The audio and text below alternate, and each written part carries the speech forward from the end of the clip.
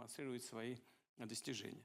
Причем на новой базе, но тем не менее у нас не будет. We're going to demonstrate our economic and technological achievements. We will not have an isolated or closed economy anymore. We've never had such an economy, and we will never have a closed economy. If some outside force, or let's say a Western power or the collective West, is trying to limit our economic growth by not doing business with us, they're only going to pay for it in the end. They're shooting themselves in the foot, so to speak. We've seen how they're trying to limit the exports of our fertilizers, and the end result is that the global prices of fertilizers have skyrocketed. They felt it themselves first.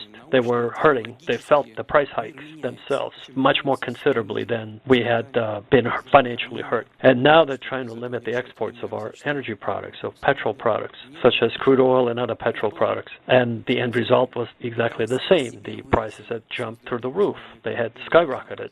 They started to call these economic downshifts or economic declines in the West. They try to attribute it to my name, as if I caused the financial decline in the West. But I had nothing to do with it. My team or our people had nothing to do with it. It's the result of their own doing. It's the result of their own mistakes and short-sightedness. The world is changing rapidly through the use of implementation of advanced technology and science. As I mentioned, we at some point during the time of the Soviet Union, we did have a closed economy. And this, in a matter of speaking, it was our own mistake to allow this to happen during the times of the Soviet Union. We had contributed to the establishment of the Iron Curtain, but we will never repeat the same mistake again.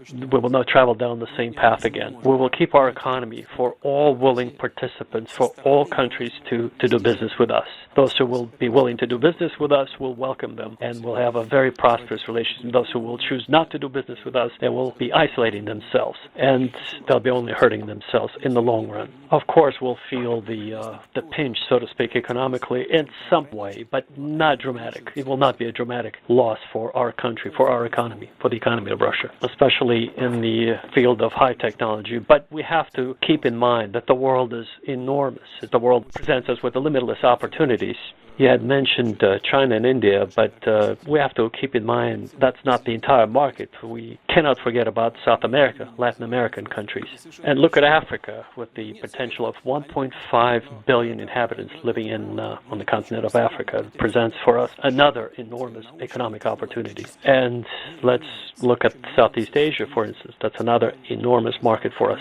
It is simply not possible to limit Russia or to cause Russia to collapse by putting a fence around us. It's simply not going to happen. And of course, we're not going to do it to ourselves. We're going to change our regulations and adjust our legislature to accommodate for the fastest growth of our economy and our country.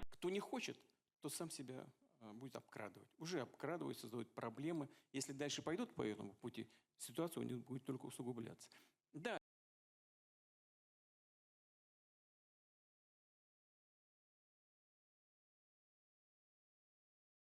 Демонстрирует свои достижения. Причем на новой базе, но тем не менее у нас не будет закрытой экономики. У нас ее и не было, и не будет. Вот если кто-то пытается нас в чем-то ограничить, то они ограничивают сами себя. Вот пытаются, условно, это к вам не имеет отношения, тем не менее, пытаются ограничить вывоз нашего удобрения. Цены поползли. У них, прежде всего, больше, чем у нас. Пытаются ограничить наши энергоносители. Опять цены взлетели до небес просто. Там уже моим именем называют инфляцию, а мы здесь совершенно ни при чем. Нет, серьезно.